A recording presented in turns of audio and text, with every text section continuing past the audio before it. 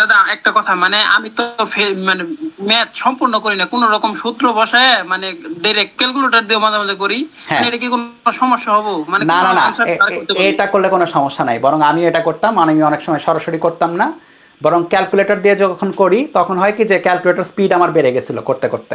যেরকম আমি তোমার সামনে খেয়াল করো যে এমনও হইলো যে একটু আগে যে আমি জাস্ট ক্যালকুলেটরে একটা ম্যাথ মনে করে দেখলাম। সো এটা আমার আগে থেকে অভ্যাস ছিল আর কি।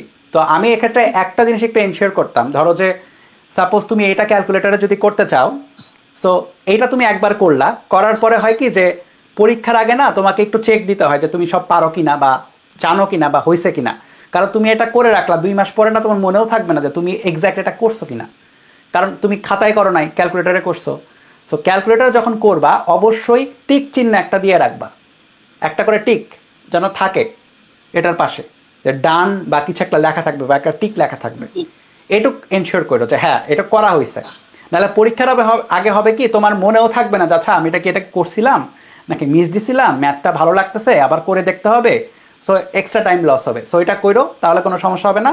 আর যত পারো ক্যালকুলেটারে নিজেরা কইরো, এটা করলে আরো ভালো, কারণ হচ্ছে তোমার মানে ক্যালকুলেটর স্পিড বাড়বে, এটা কোনো সমস্যা না, বরং এটা তোমার অ্যাডভান্টেজ হবে। সো করতে থাকে এভাবে, কোনো সমস্যা নেই। জি, ঠিক আছে। এইভাবে করলে সময় অনেক বেঁচে যায়। হ্যাঁ হ্যাঁ সময় হ্যাঁ বাঁচে। হ্যাঁ হ্যাঁ হ্যাঁ, ভেরি গুড, এভাবে করো। প্রথম প্রথম একাডেমিক ব্যাচ যেহেতু প্রথম প্রথম, সে এই কারণে হচ্ছে এইভাবে আমি করতে বলি না, কিন্তু অ্যাডমিশন ব্যাচগুলোতে আমি এইভাবেই করতে বলি যে তোমরা ক্যালকুলেটারে করে দেখবা, বিশেষ করে ইঞ্জিনিয়ারিং যারা। হ্যাঁ, ভার্সিটি অ্যাডমিশনে ক্যালকুলেটার ইউজ করতে দেয় না, ওটা আলাদা ইস্যু। সো ইঞ্জিনিয়ারিং অ্যাডমিশনের সময় ক্যালকুলেটার ইউজ করতে দেয়।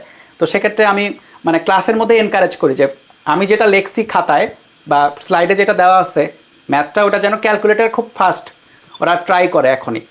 এবং এটা আমরা অফলাইনে আমরা নিজেরাও করছিলাম, অফলাইনে যখন পড়তাম তখন তখন তো কয়েকজনের মধ্যে যে কে কত দ্রুত বলতে পারে অ্যান্সার, টিচার ওইটা অ্যালাউ করতো আর কি। সে বোর্ডে লিখতেছে, আমাদের মধ্যে কম্পিটিশন করে কে কত দ্রুত ক্যালকুলেটর সলভ করে অ্যান্সার বলতে পারে। এবং এটা বেশ মজাও ছিল। সো করতে থাকো, এই প্র্যাকটিসটা খুব ভালো, এটা তোমার অনেক কাজে দিবে পরবর্তীতে গিয়ে।